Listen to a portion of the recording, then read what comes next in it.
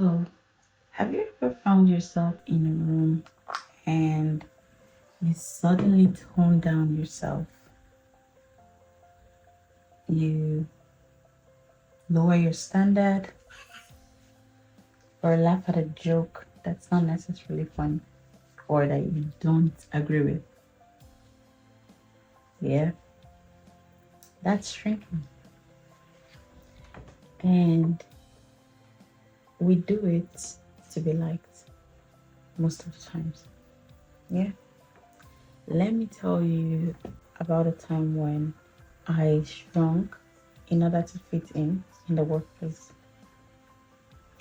I slowly started editing things here and there in myself, trying to change this, change my accent, or say make this kind of expressions, or stay quiet in a room where I probably had something to share.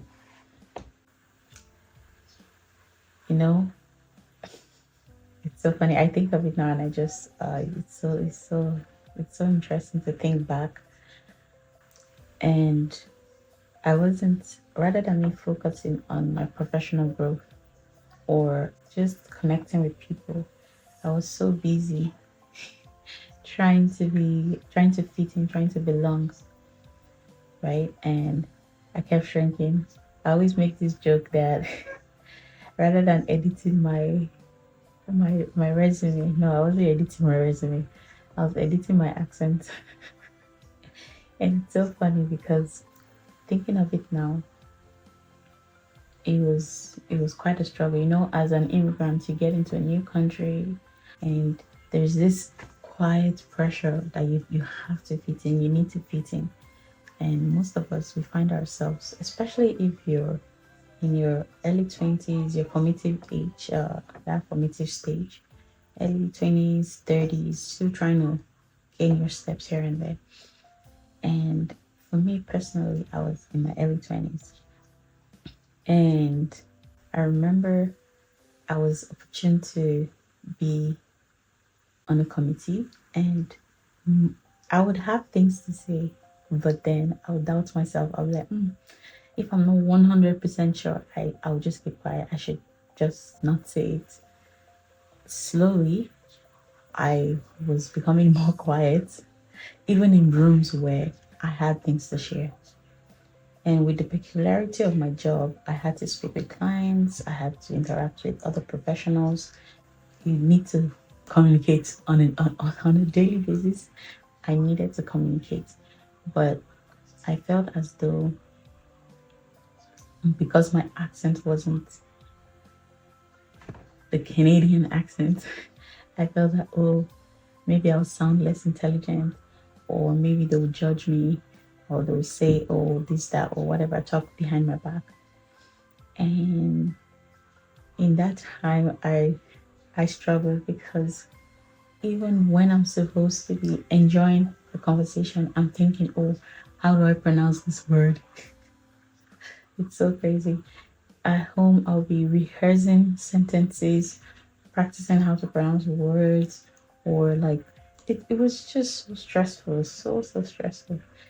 And I realized that I was just trying to fit in, trying to fit in. I didn't want to sound different. I didn't want to look like, oh, this one is definitely a foreigner. Who cares, right? Uh, Thinking of it now, yeah, it was such an interesting phase. It wasn't about language. It wasn't about my accent, no. It was an insecurity. I thought my accent made me less competent. And maybe if I just sounded a little more like my colleagues, I would be accepted. That's shrinking. Yeah. And something in psychology with regards to the brain and how it works is that when you feel different, right?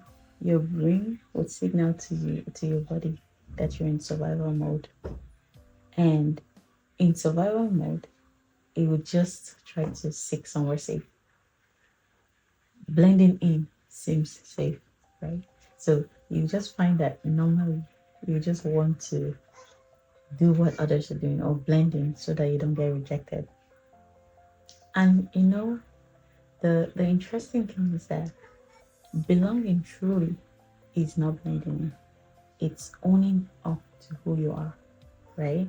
When you know who you are, when you own up to that, that's what true belonging means. There came a point where I realized I was exhausting myself. I was done. I was done performing. I was done with all the gimmicks, all the practice here and there. I was truly done. And I realized I was truly not struggling with my English. I knew it. I knew I wasn't struggling with my English. I was struggling with my confidence. And I I decided, I just asked myself, do I want to continue performing or do I want to fully show up? Right? When I stopped trying to erase this, trying to correct this, trying to edit here and there, changing this accent here, uh, all of those, I realized that it was even easier for me to make more connections with my colleagues. It was easy to speak with my clients as though like I was like I knew what I was saying. Do you get? I was able to speak more freely. I was able to ask questions. I could confidently go into like certain rooms that before I would be shaking just because of my accent. Even like in that same committee, I started speaking up about certain things that I felt could be put in place. Do you get?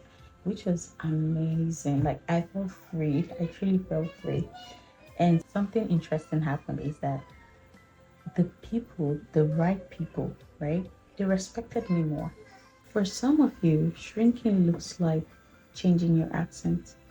For others, it looks like hiding your intelligence. It looks like keeping quiet in a room where you know you have something to say.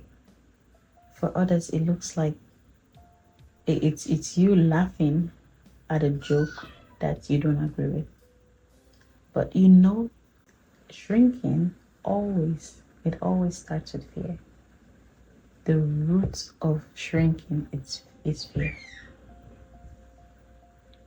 And we're reminded in Psalms 139, verse 14, that we are fearfully and wonderfully made.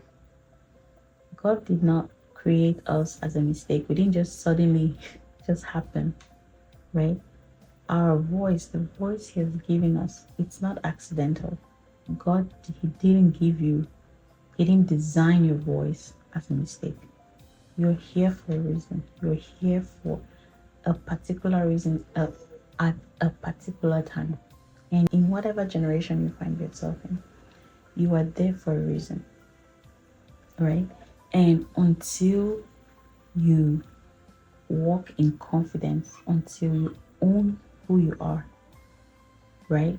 It will be difficult to actually live and thrive as who God called you to be.